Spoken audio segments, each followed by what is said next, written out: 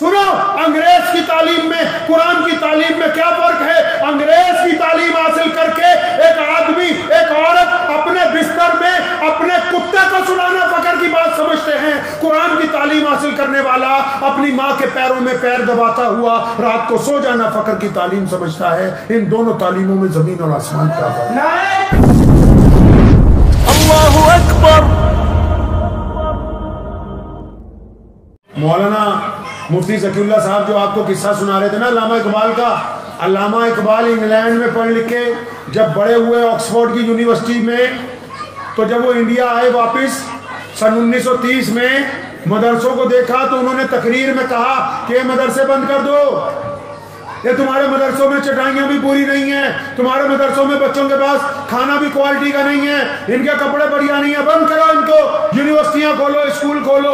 इस तकरीर के 5 साल बाद वो स्पेन गए। उंदुलुस वो मुल्क है जहाँ 1000 साल तक मुसलमानों ने इक़्तिदार में राज किया, जहाँ मुसलमानों ने साइंस बनाई, जिस मुल्क में मुसलमानों ने सबसे पहले खुद हवाई जहाज बनाए, जिसमें सबसे पहले सीवरेज सिस्टम मुसलमानों ने लगाया, जिसमें पूरी दुनिया में सबसे पहले बिजली बनाई गई, जिस मुल्क में सबसे पहले कॉर्पोरेशन की स्थापना की गई, जिस मुल्क में सबसे पहले अलग से लाइनिंग सड़कें शुरू की गई, जिस मुल्क में सबसे पहले ट्रैफिक का निजाम बनाया गया, जिस मुल्क में सबसे पहले बाल काटने का तरीका आया, जिस मुल्क में सबसे पहले कपड़ों को सही तर्ज पर सिलाई का तरीका, 1000 साल तक पूरी दुनिया को जहां से मुसलमानों ने इल्म सिखाया, जब वहां घूमने के लिए गए पूरा मुल्क बर्बाद हो चुका था।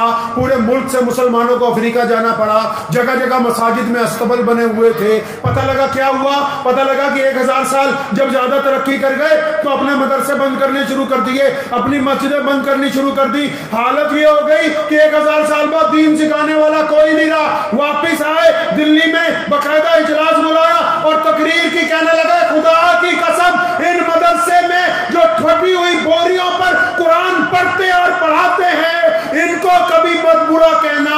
जब तक ये सलामत रहेंगे खुदा का कुरान जारी रहेगा। अगर इनका वजूद खत्म हो गया तो कुरान पाक की हिफाजत करना। नारे तकबीर, नारे तकबीर, नारे तकबीर, अल्लाह के शाही इमाम, अल्लाह के शाही इमाम, मदरसे इस्लामी जिंदाबाद, मदरसे इस्लामी जिंदाबाद।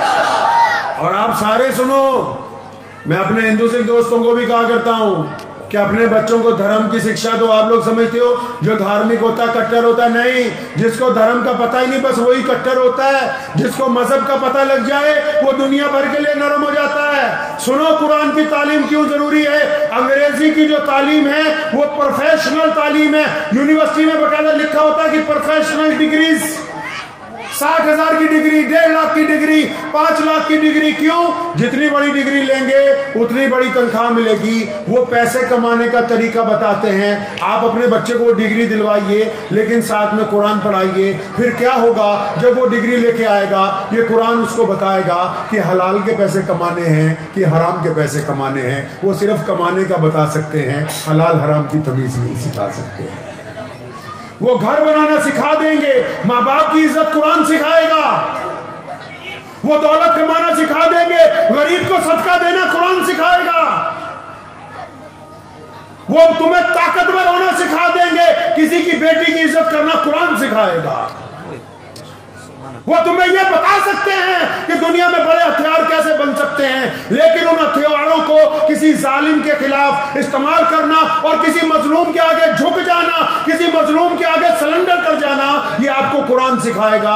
बुरे और अच्छे की तालीम अगर चाहिए तो फिर उसको मजहब की तालीम देनी होगी। अगर मजहब की तालीम नहीं होगी तो बड़े जब आप हो जाएंगे तो आपके बच्चे आपको ओल्ड होम छोड़ के आएंगे, क्योंकि उनके पास ये तमीज नहीं होगी कि माँ बाप का एहतराम क्या होता है। यहाँ एक ओल्ड होम बना है, तो जब मैं पहली बार उसे देखने गया मुझे बेइंतहा दुख हुआ। सुनिए क्यों? बनाने वालों पे नहीं, बनाने वाले ने तो अच्छा काम किया कि जो बेसहारा बुढ़े बुढ़ियां हैं उनको घर मिल गया। अफसोस ये हुआ उन्होंने करोड़पति लोगों के लिए बनाया, यानी वो करोड़पति लोगों को भी ये समझा रहे हैं कि जब माँ बाप से परेशान हो जाओ तो बस हमारे पास आओ और इतने पैसे जमा कराओ, तुम अय्याशी करो, हम तुम्हारे माँ बाप। इस्लाम ने ये तालीम नहीं दी है। सुनो, अंग्रेज की तालीम में कुरान की तालीम में क्या फर्क है?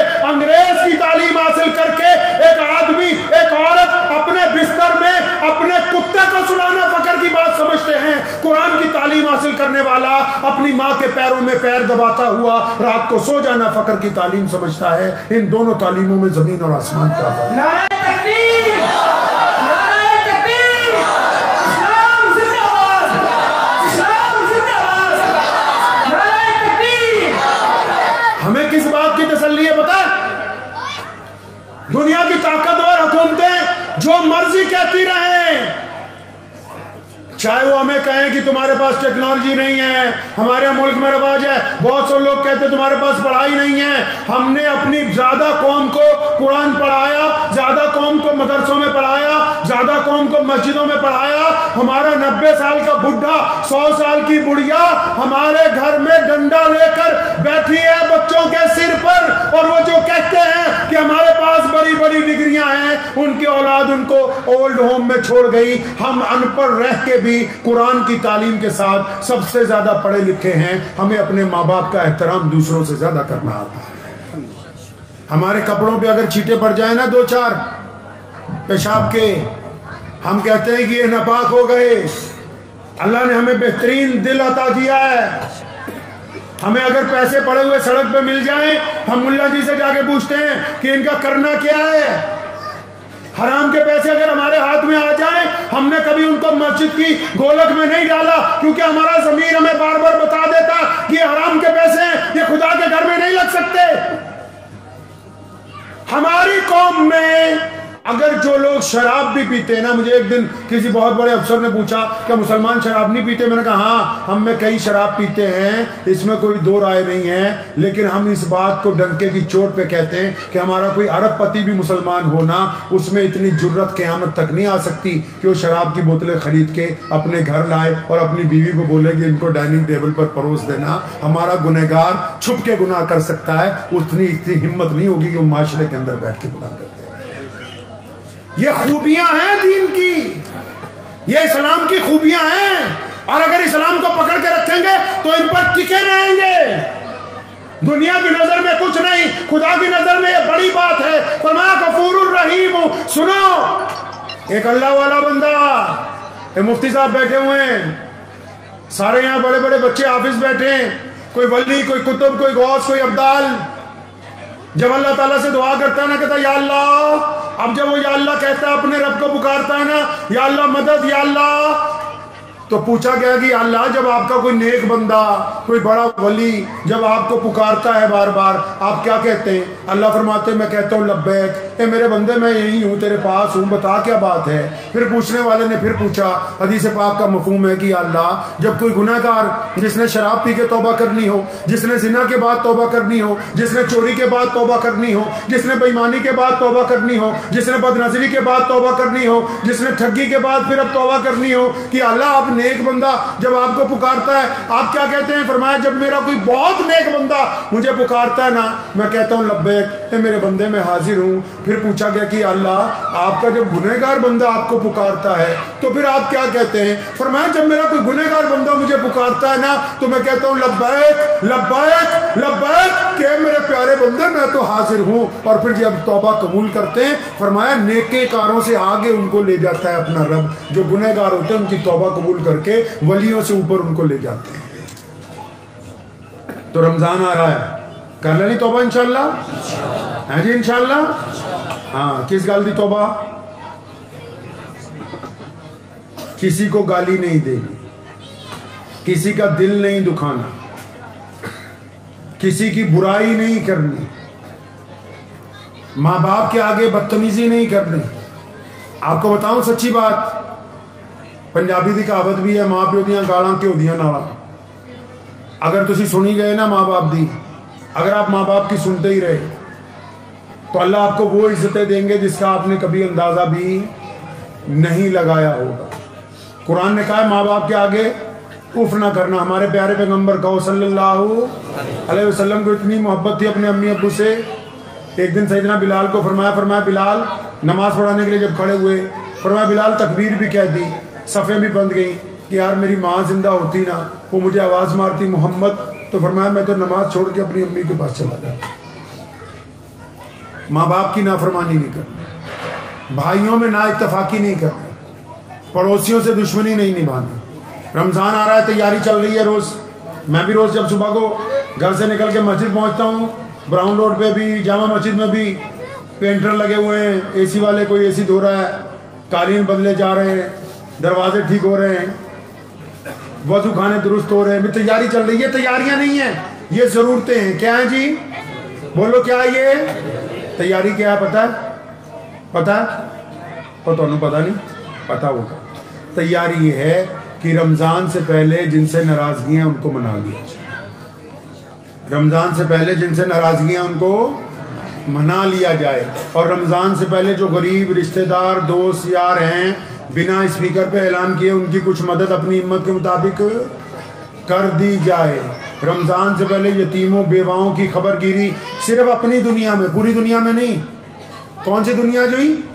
जो आपकी दुनिया है, उसमें ध्यान रखना है। रखेंगे इंशाअल्लाह। और फिर तरावियाँ पढ़नी पूरियाँ, किनिया।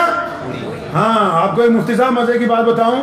अब जब नए नए मुसलमान आने शुरू हुए तो कईयों ने कहा भी हमारी छत पे जुमा करा दो। अगर आप यूपी बिहार जाओगे तो गाँव में भी जुमा नहीं होता। हमने सोचा भी यहाँ तो इस्लाम यतीम है, नौज़ बिल्लाह, यहाँ कौन पूछने वाला है। अल्लाह के दीन को यतीम समझा तो उनकी नमाज ही नहीं हुई। कईयों के बेड़े गर्क हो गए, खत्म हो गया मामला सारा। सारी चीजों में मनमर्जी करनी है, दीन में मनमर्जी। दीन का मालिक कौन है? मोहम्मद रसूलुल्लाह। दीन में मनमर्जी, दीन का मालिक कौन है? मोहम्मद रसूलुल्लाह। जो मालिकों ने कहा बस उसकी पैरवी है, अपनी मर्जी इसमें नहीं है। 3 दिन का कुरान, 5 दिन का, 6 दिन का, 7 दिन का, बात तो जाना कितने है, रहना तो इतने ही है। देखो, अंदाजा लगाओ, हाफिज साहब कुरान पढ़ रहे हैं, इधर बाहर बैठे वीडियो फूक रहे हैं। अब 2 घंटे बाद रुकू हुआ तो भागे भागे। खुदा की कसम, उन लोगों पर अल्लाह कितना नाराज हो जाए जो खुदा के कुरान को खिलवाड़ समझते हैं। अल्लाह कितना उनसे नाराज हो जाए। दीन से खिलवाड़ नहीं करना। सारे रमजान तरावी पढ़ेंगे इंशाअल्लाह। सारे रमजान बांटना है, सारे रमजान अपनी हिम्मत के मुताबिक देना है। कोई मांगने आ जाए उससे आगे सवाल ही नहीं करना, तू हट्टा कट्टा, तू ये है वो नहीं। प्यारे पैगंबर देते थे, सवाल नहीं करते थे। जो अल्लाह ने हमें हिम्मत दी है, 5 रुपए, 10 रुपए, 1000 रुपए, जो हमारी हैसियत है, अल्लाह ने हमें देने वालों में रखा है, लेने वालों में नहीं रखा। तो देते रहें, अल्लाह का कुर्ब हासिल करते रहें। दुआ कीजिए अल्लाह मुझे भी और आप सबको इन बातों पे अमल की तौफीक अता फरमाए। मुझे उम्मीद है कि आपको ये वीडियो पसंद आई होगी। अगर पसंद आई हो तो ये आप अपने दोस्तों के साथ शेयर करें और इस चैनल को सब्सक्राइब जरूर करें।